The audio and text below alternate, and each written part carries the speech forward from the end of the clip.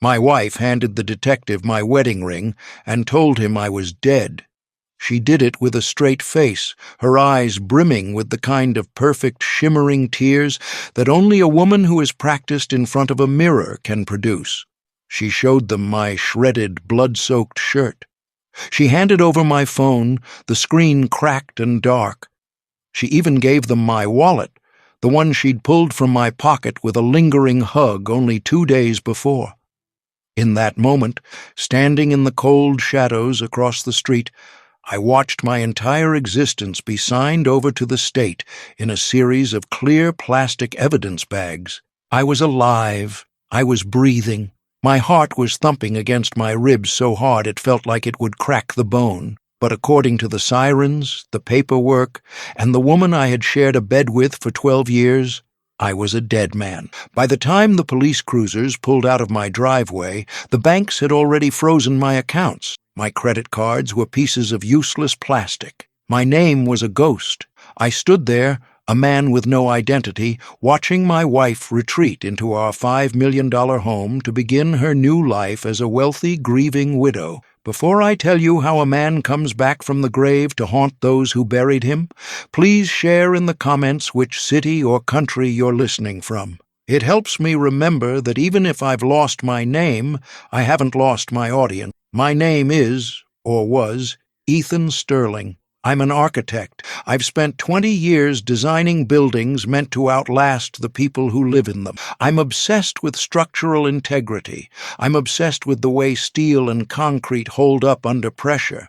I thought I had built a marriage with the same kind of foundation. I thought I had poured a base that no storm could move. But I was wrong. I was so busy looking at the skyline that I didn't notice the termites eating away at the floorboards beneath my feet. The plan was surgical. I can see that now. It wasn't an impulse. It was a demolition. It started 3 days ago.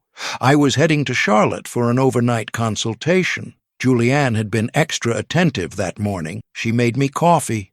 She helped me pack. She straightened my tie and held me just a few seconds longer than usual. "I'm going to miss you, Ethan," she'd whispered. "Don't work too hard. The house feels empty when you're not here." That was the hug. That was the moment she lifted my wallet and my phone from my blazer. She'd replaced them with a dummy phone, one of those cheap burner models I keep in my travel bag for emergencies. I was in such a rush, I didn't even check. I just felt the weight in my pocket and assumed it was my life. While I was sitting in a boardroom 300 miles away, someone was driving my spare car, the old SUV I keep in the garage, out to Devil's Ravine. It's a lonely, jagged stretch of road where the woods grow thick and the cell signal dies. They smashed it into a tree. They doused the interior in pig's blood. They left my shredded clothes and my ring on the dash. I found out I was dead at a hotel checkout counter. "I'm sorry, sir," the clerk said, her voice dropping into that hushed professional tone people use for tragedies. "The card was declined, all of them. There's a flag on your profile." "A flag?" I asked, my brow furrowing. "What kind of flag?" She looked at her screen, then back at me, her eyes wide with a mixture of confusion and pity. "It says the account holder is reported as deceased. The estate has been placed into probate." "Sir, who are you?" I didn't answer. I couldn't. I reached into my pocket for my phone to call Julianne, to tell her there had been some horrific mistake. But when I pulled it out, it wasn't my phone. It was a black plastic burner. There were no contacts, no photos, just one text message in the inbox from an unknown number. "Rest in peace, Ethan."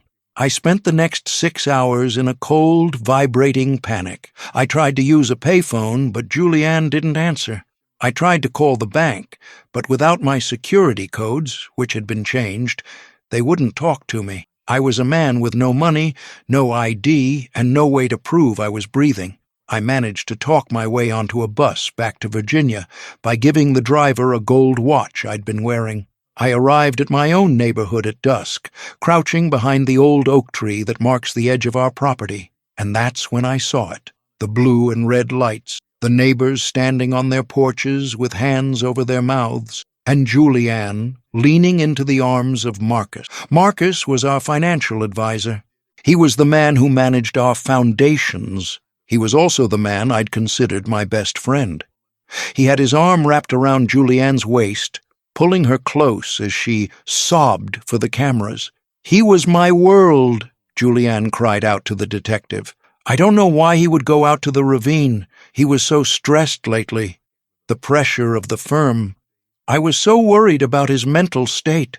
Mental state. She was already laying the groundwork. She wasn't just faking my death. She was framing it as a suicide or a breakdown. She was making sure that if I did reappear, everyone would think I was a man who had finally snapped. "We'll find him, Mrs. Sterling," the detective said, his voice soft. "But with the amount of blood we found at the scene, you should prepare for the worst. It's a recovery operation now, not a rescue." Julianne nodded, her face buried in Marcus's shoulder. I watched Marcus's hand. He wasn't just comforting her. He was rubbing her back in a slow, rhythmic circle. It was a gesture of possession. They went inside. The police pulled away. The street went quiet. I sat on the damp grass, my blazer soaked through with the evening mist. I looked at my bare hand, the skin where my wedding ring used to be looking pale and exposed.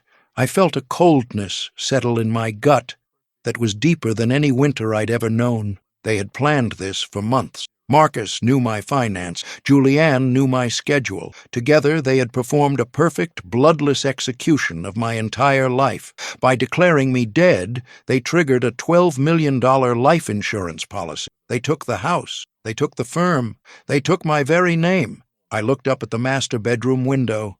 The light was on. I saw Julianne's silhouette as she moved past the glass. She wasn't sobbing anymore. She was moving with a light, easy grace. She was pouring a glass of wine. I stood up, my joints cracking. I didn't have a penny in my pocket, but for the first time in years, I felt a strange, terrifying sense of freedom. They wanted me to be a ghost? Fine. I would be exactly that. The thing about ghosts is that they don't have to follow the law. They don't need a bank account to haunt a house. They don't need an ID to tear down a legacy. I walked away from the house, heading toward the commercial district. I didn't go to my office. I knew the locks would be changed. I went to a small private workshop I keep in a renovated warehouse on the edge of town. It's a place I use for my model building, a place Julianne always called Ethan's dusty little cave. She never went there. She didn't even have a key. I reached the heavy steel door. My hand shook as I reached for the keypad. If Marcus was as thorough as I feared, the codes would be dead. I entered the digits, the date of my father's death. Click. The door hummed and slid open. I stepped inside the dark, cool space. The smell of sawdust and old paper greeted me. I sat at my drafting table and looked at the black screen of my backup computer. I didn't turn it on yet. I just sat in the silence, listening to the world outside mourn a man who was still very much alive. I realized then that Julianne had made one fatal mistake in her design. She thought that by taking my clothes, my phone, and my ring, she had taken me. She thought a man was made of the things he owned. She forgot that I'm an architect. I don't just live in buildings. I know how they work. I know where the load-bearing walls are. And I know exactly which pillar to pull to make the whole thing scream as it comes down. I turned on the computer. The blue light filled the room, casting long, sharp shadows against the walls. I had a back door into the firm's server that even Marcus didn't know about. A safety measure I'd built years ago. I logged in. My name was still on the system. To the bank, I was dead. To the police, I was a corpse. Но для системы, которую я сам создал, я все еще был Богом. "Enjoy the wine, Julianne," I whispered into the dark. "Enjoy the 12 million, because you didn't just kill a husband today. You created a haunting, and I'm going to make sure you feel every floorboard creak until the day you're the one in the evidence bag." I looked at the blueprints of our home on the screen. I saw the security system. I saw the smart home controls. I saw every hidden camera and every electronic lock. Julianne thought she was safe behind those limestone walls. She didn't realize she was living inside a trap I had designed. I spent the next 4 hours working. I wasn't Ethan Sterling, the grieving husband. I was the architect of a slow-motion wreck. By the time the sun started to peek over the horizon, I had everything I needed. I knew their secrets. I knew where Marcus was hiding the creative accounting, and I knew exactly how to make Julianne's perfect life start to fray at the edges. I walked to the small cot in the corner of the workshop and lay down. I was exhausted, but I didn't sleep. I just watched the ceiling, listening to the heart that Julianne claimed had stopped beating. The first part of her plan was over. She had convinced the world. She had won the first round. But she forgot one thing about ghosts. They don't go away just because you close the curtain, and I was just getting started. The first thing you learn when you're dead is that the world doesn't stop to mourn you. It just adjusts its ledger. I woke up on the thin polyester mattress of the cot in my workshop, my muscles screaming from the cold. I didn't have a toothbrush. I didn't have a razor. I looked in the small cracked mirror above the utility sink and saw a ghost staring back. My hair was matted, my jaw was covered in a thick, dark stubble, and my eyes were rimmed with red. I looked like the broken man Julianne had described to the police. I looked like someone who had crawled out of a ravine. I had exactly $14 in crumpled bills in my pocket, change from the gold watch I'd traded for the bus ticket. To the world, I was a multimillionaire architect. To the reality of the street, I was a man who had to decide between a sandwich and a bottle of water. Before we continue with how I started to tear their world apart, please tell me in the comments, what would you do if you were erased in a single night? Would you run, or would you stay to watch the fire? I sat at my terminal, the blue light of the monitor reflecting off my hollowed-out face. I had bypassed the security firewalls of my own home. I was staring at a grid of 16 camera feeds. This was the smart home system I had designed, a masterpiece of integrated technology that allowed me to control every light, every lock, and every temperature sensor from anywhere in the world. Julianne always loved it. She called it her magic house. She didn't realize that every magic trick has a trap door. I watched her through the lens of the kitchen camera. It was 9 a.m. She was wearing a silk robe I'd bought her in Florence. She was humming as she poured coffee. Not the cheap stuff, but the Kona beans I used to save for special occasions. She looked younger. The grief of the previous night had been washed away with a hot shower and the knowledge that she was now worth $12 million. Then Marcus walked into the frame. He was wearing one of my robes.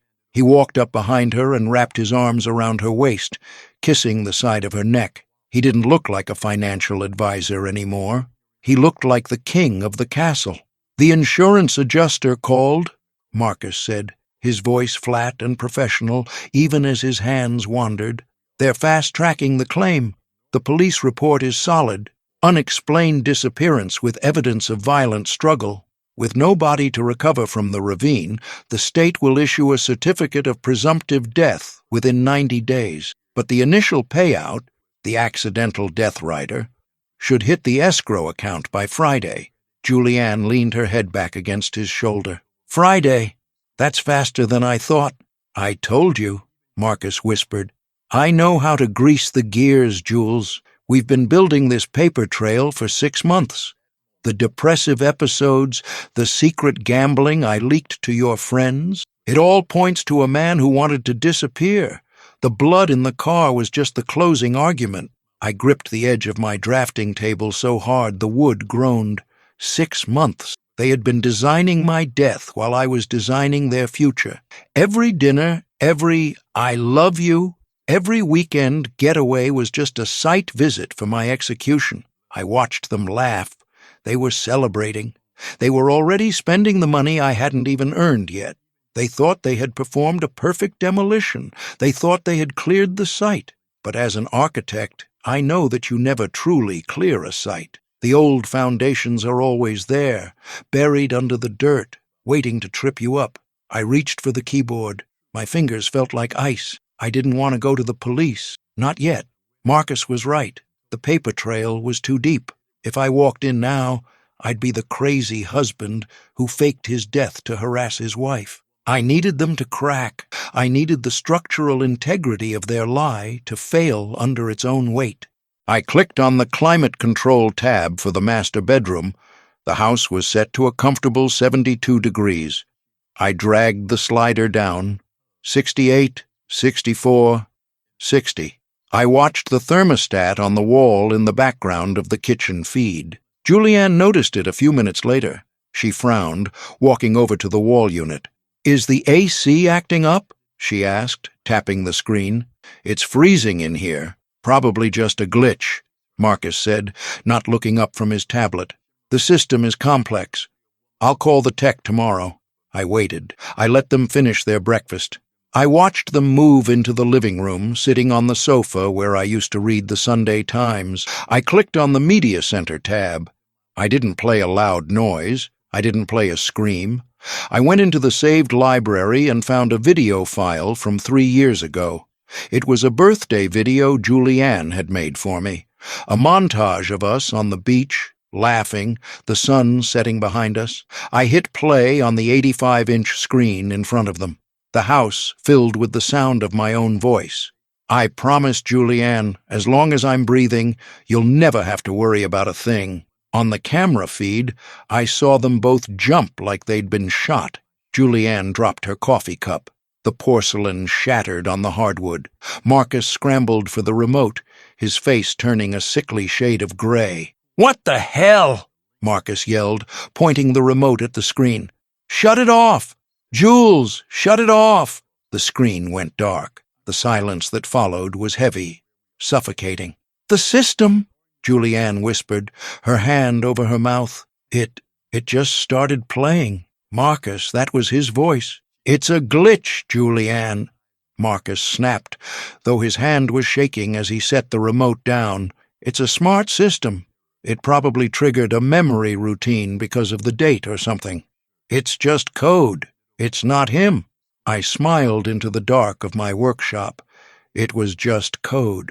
But code is the architecture of the modern world, and I was the one who wrote the script. I spent the next 6 hours digging deeper into Marcus's files. Now that I knew what I was looking for, the patterns emerged like cracks in a settling foundation.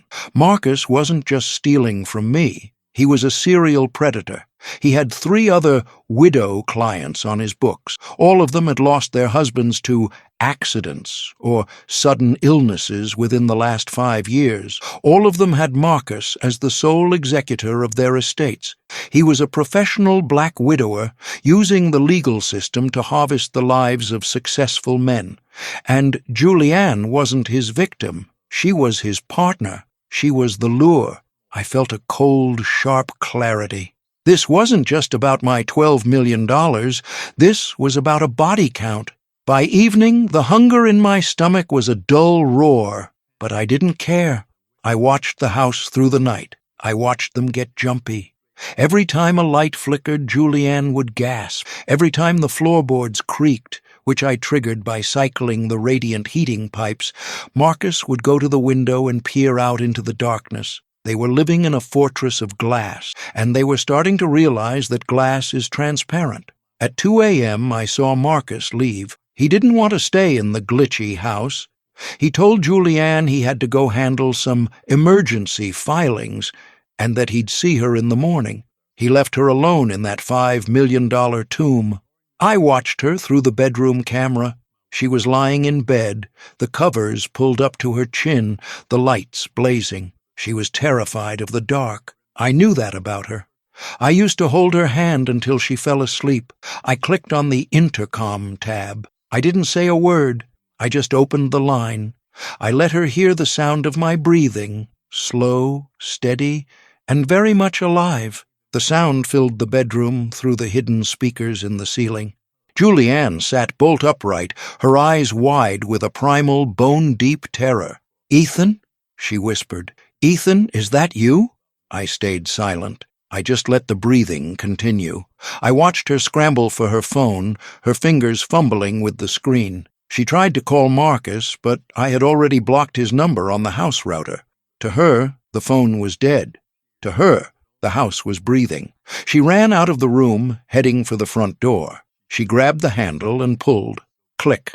I locked the deadbolts. I locked the windows. I locked the garage. She was trapped in the masterpiece I had built for her. She was a prisoner of the smart home that she had used to erase me. She began to scream, pounding on the reinforced glass of the front door. "Let me out! Someone help me! Let me out!" I watched her on the feed, my face illuminated by the cold blue light of the monitor. I didn't feel pity. I didn't feel love. I felt the grim satisfaction of an engineer who has found the exact frequency to shatter a structure. "You said the house felt empty without me, Julianne," I whispered to the screen. "I'm just making sure it feels full again. I knew I couldn't keep her there forever." The police would eventually come if the neighbors heard the screaming. I had to move to the next phase. I had to pull the social death back from the grave and put it on Marcus. I opened a new window on my computer. I had the logins for Marcus's offshore accounts, the ones he used to hide the harvested money from the other widows. I began to move. I didn't take the money, I just rearranged it. I sent a series of small, traceable transfers from Marcus's accounts to a private investigators firm I'd worked with in the past. I made it look like Marcus was paying for a hit. I made it look like he was the one faking the death, not Julianne. By the time the sun started to rise, the digital trap was set. Marcus was no longer the brilliant architect of a heist. He was the prime suspect in a conspiracy that stretched back 5 years. I looked at the clock. 6 a.m. I picked up the burner phone Julianne had left in my bag. I had one contact saved now, the detective from the previous night. I typed a message, my heart steady for the first time in 48 hours. "Check Marcus's Cayman account. Follow the blood money. Ethan Sterling isn't the only ghost in his closet." I hit send. I watched the screen. Julianne was huddled on the kitchen floor, exhausted from a night of haunting. She looked broken, but the real demolition was just beginning, because Marcus was coming back to the house, and he was bringing the police with him. Julianne thought she was the widow. Marcus thought he was the heir. They had no idea that the dead man was about to walk back through the front door, and I wasn't coming back for an apology. I was coming back to oversee the final collapse. The morning sun hit the glass walls of my house like a spotlight on a crime scene. I watched the camera feed as Marcus's car pulled back into the driveway. He looked as arrogant as ever, adjusting his tie in the rearview mirror, unaware that the ground beneath his feet was already beginning to liquefy. Inside, Julianne was a shell. She was sitting on the kitchen floor, the same place I'd left her haunting her through the night. Her silk robe was stained with spilled coffee, and her eyes were darting toward the ceiling speakers every time the house made a sound. When Marcus unlocked the front door, the door I had finally released, she didn't run to him in love. She ran to him in terror. "It was him, Marcus!" she shrieked, clutching his lapels. "The house! It was breathing. The lights. The music. He's here. Ethan is in this house." Marcus pushed her back, his face a mask of annoyed contempt. "Shut up, Julianne. Get a hold of yourself. Ethan is at the bottom of the ravine or half-eaten by coyotes. It's a glitch. I told you, it's a sophisticated system. The server probably had a scheduled backup that triggered some old settings. You're letting a few lines of code ruin a $12 million payday." "It wasn't code," she screamed. "I heard him breathing. The locks. I was trapped." Marcus grabbed her by the shoulders, shaking her hard. "Listen to me. We are 48 hours away from the first payout. The police believe the story. The banks are frozen. You are the grieving widow. If you start raving about ghosts to the neighbors, they'll put you in a psych ward, and I'll be the one signing the papers for your estate instead of Ethan's. Is that what you want?" I watched the screen, my teeth gritted. Marcus wasn't just her partner. He was her handler. He was gaslighting her with the same precision he'd used to erase me. Before I show you how I turned them against each other, please share in the comments, have you ever realized that the person you trusted most was actually the one pulling the strings of your nightmare? I clicked over to my email. Detective Harris had replied to my burner message. It was short and professional. "We are looking into the information provided. Stay off the line." He was already moving. I went back to the house controls. I needed to finish the demolition. I needed Julianne to see Marcus for what he truly was, not a savior, but a scavenger. I dug into Marcus's private cloud storage, a place he thought was encrypted beyond reach. But Marcus was a financial guy, not an engineer. He reused passwords. He left back doors open. I found a folder titled Contingencies. Inside were life insurance policies for Julianne. He hadn't just faked my death to get the $12 million. He had already taken out a secret policy on Julianne, naming himself as the sole beneficiary. He was planning to help her through her grief with a bottle of pills or a tragic accident of her own once the money from my estate cleared. He wasn't planning on sharing the throne. He was planning on being the last one standing. I felt a cold, grim ripple of laughter in my chest. They were 2 scorpions in a bottle, and I was about to remove the lid. A knock echoed through the house speakers. I switched the feed to the front porch. Detective Harris was standing there, his hands in his pockets, his face unreadable. Marcus smoothed his hair and opened the door, slipping back into his role as the concerned family friend. "Detective, any news? It's been a very difficult morning for Mrs. Sterling." Harris stepped inside, his eyes scanning the room. He lingered on the broken coffee cup on the floor. "I bet. Actually, I'm not here about the search at the ravine. I'm here because of some irregularities that popped up in our preliminary financial sweep." Marcus didn't blink. "Irregularities? I've handled the Sterling's finances for years, Detective. Everything is transparent." "Is it?" Harris pulled a notebook from his pocket. "Because we received an anonymous tip about some Cayman accounts linked to your firm. Accounts that showed a series of transfers last night. Transfers to a private investigative firm specializing in, well, let's call it discreet removals." Marcus's face didn't change, but I saw his hand twitch toward his pocket. "I have no idea what you're talking about. I don't have any Cayman accounts." "That's not what the digital trail says," Harris replied. "And then there's the matter of your other clients, Mrs. Gable, Mrs. Van Dorn, both widows, both estates managed by you. Both husbands died in unexplained accidents.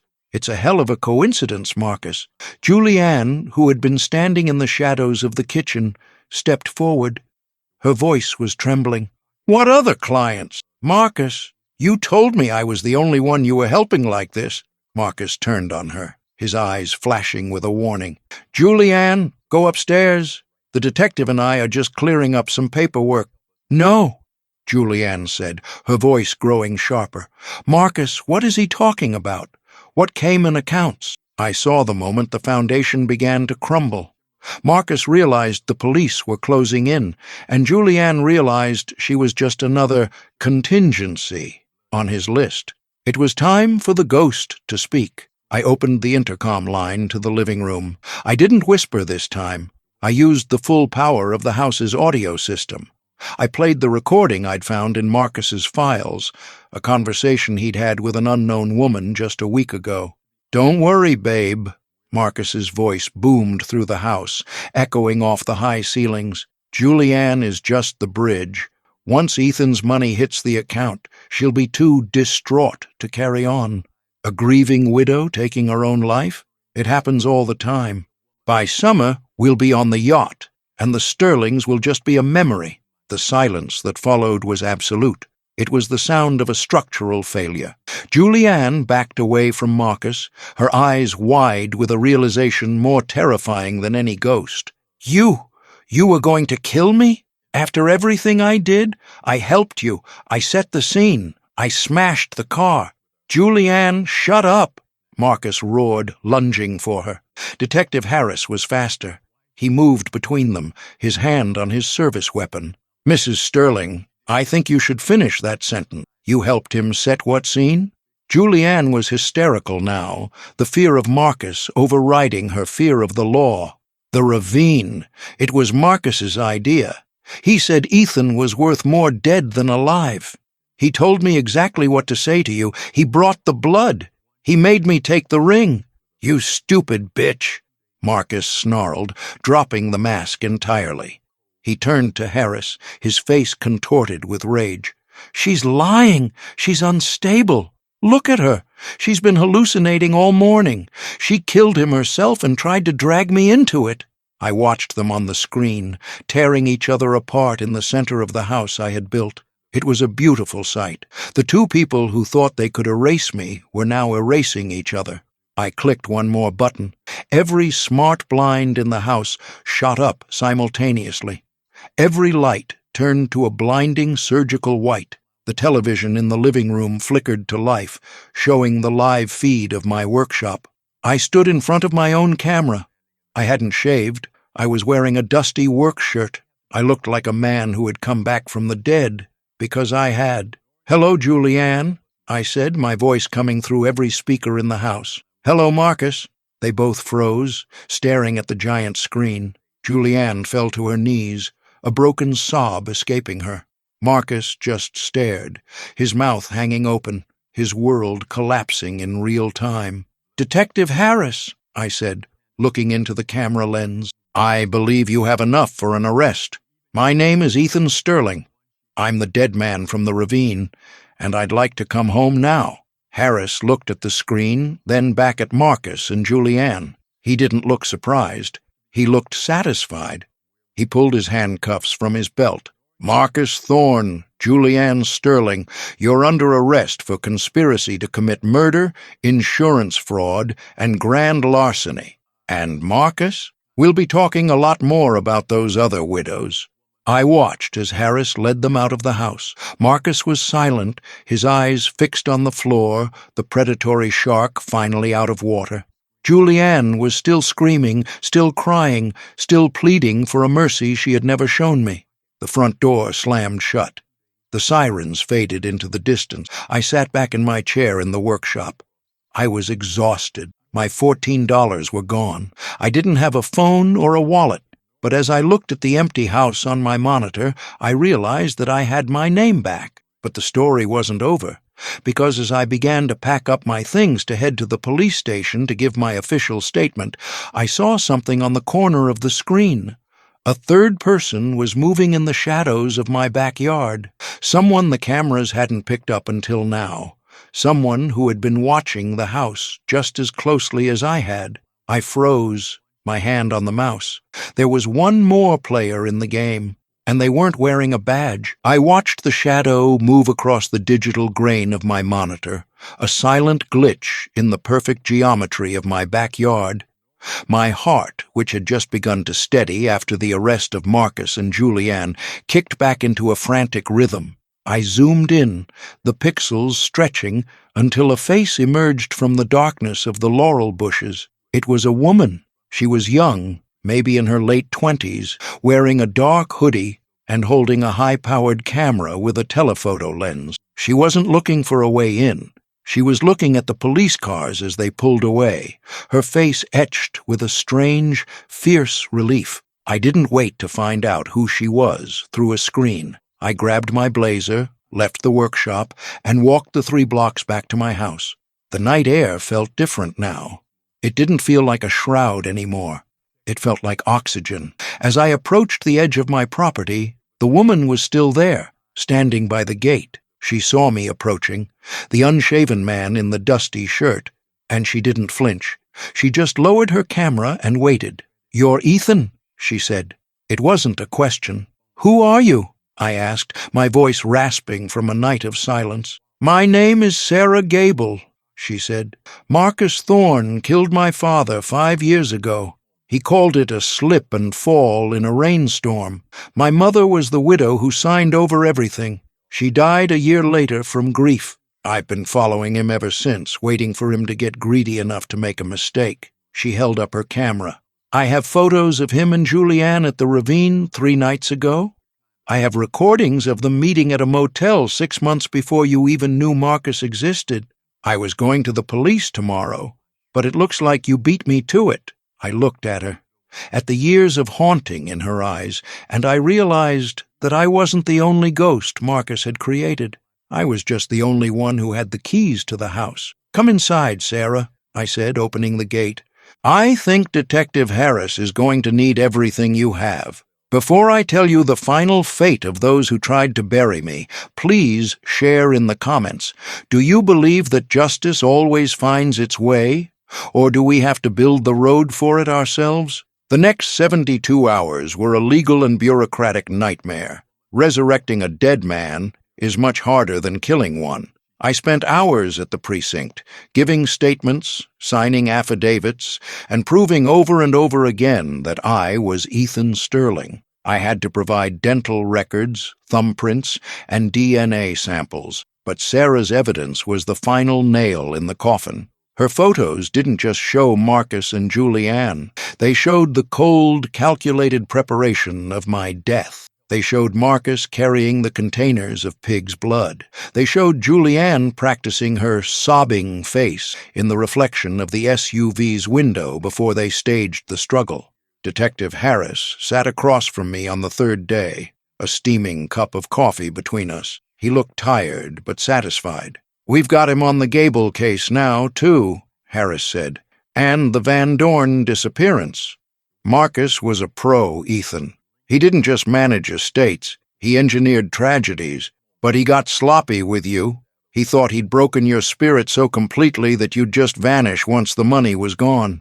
"He didn't realize I'm an architect," I said. "I know how to look at the bones of a situation." "And Julianne?" I asked, the name still tasting like ash in my mouth. Harris sighed. "She's talking. Once she realized Marcus had a life insurance policy out on her, once she realized she was next on his list, she turned into the state's star witness. She's trying to trade Marcus's head for a lighter sentence. She claims she was coerced, but the motel photos Sarah provided say otherwise. She was a full partner until she became a target. The trial took 6 months. 6 months of being a tabloid headline. The ghost architect, the widow who wasn't. I stayed in the workshop for most of it. I couldn't stand the house. The glass felt like it was still watching me. The silk curtains felt like they were stained with the scent of jasmine and lies. I stood in the courtroom on the final day. Julianne looked small in her orange jumpsuit, her hair limp, the magic gone. She wouldn't look at me, not once. Marcus, however, stared me down with a cold, flickering hatred. Even in chains, he looked like he was calculating the cost of the room. Marcus Thorne was sentenced to life without parole for 3 counts of first-degree murder and conspiracy. Julianne was sentenced to 20 years for her role in my faked death and the insurance fraud. As they led her out, she finally met my eyes. She didn't look sorry. She looked confused, as if she still couldn't understand how the clueless husband had outbuilt her. I didn't feel a surge of triumph. I just felt a quiet, heavy closure. I returned to the house one last time. I stood in the living room, the 85-inch screen dark now. I looked at the master bedroom, the place where she had slept while I was a ghost. The bank accounts were unfrozen. The $12 million was back in my control. The firm was mine again. But as I looked at the limestone walls and the steel beams, I realized that you can't live in a building once the foundation has been poisoned. I called a demolition crew. I didn't sell it. I didn't want anyone else to live in those rooms. I watched from the street as the wrecking ball swung for the first time. I watched the glass shatter, the transparent walls that Julianne thought would protect her. I watched the steel buckle. I watched the magic house turn into a pile of rubble and dust. I kept the land. I hired Sarah Gable as a consultant for a new project. We're building something different there now. Not a mansion, not a fortress. We're building a sanctuary for people who have been erased, victims of financial abuse and domestic predators, a place where they can find their names again. I still don't have a wedding ring. There's a pale circle on my finger where it used to be, a permanent tan line that reminds me of the 12 years I spent building on sand. Some nights, I still wake up and listen to the silence. I don't use a smart system anymore. I have a simple house with wooden floors and a manual lock on the door. I like the sound of the key turning. It reminds me that I'm the one who holds the power. Julianne thought she could kill me with a plastic bag and a blood-soaked shirt. She thought she could turn me into a ghost. But she forgot the most important rule of architecture. A ghost is just a memory that refuses to leave. And the truth? The truth is the only structure that can never be torn down. My name is Ethan Sterling. I am an architect. I am a survivor. And I am finally, truly alive. Thank you for watching this story. If it reminded you to check the foundations of your own life, then my haunting was worth it. Share your thoughts in the comments. I read every one of them. Don't forget to subscribe and share this video. Stay vigilant, watch the shadows, and never let anyone else hold the keys to your existence.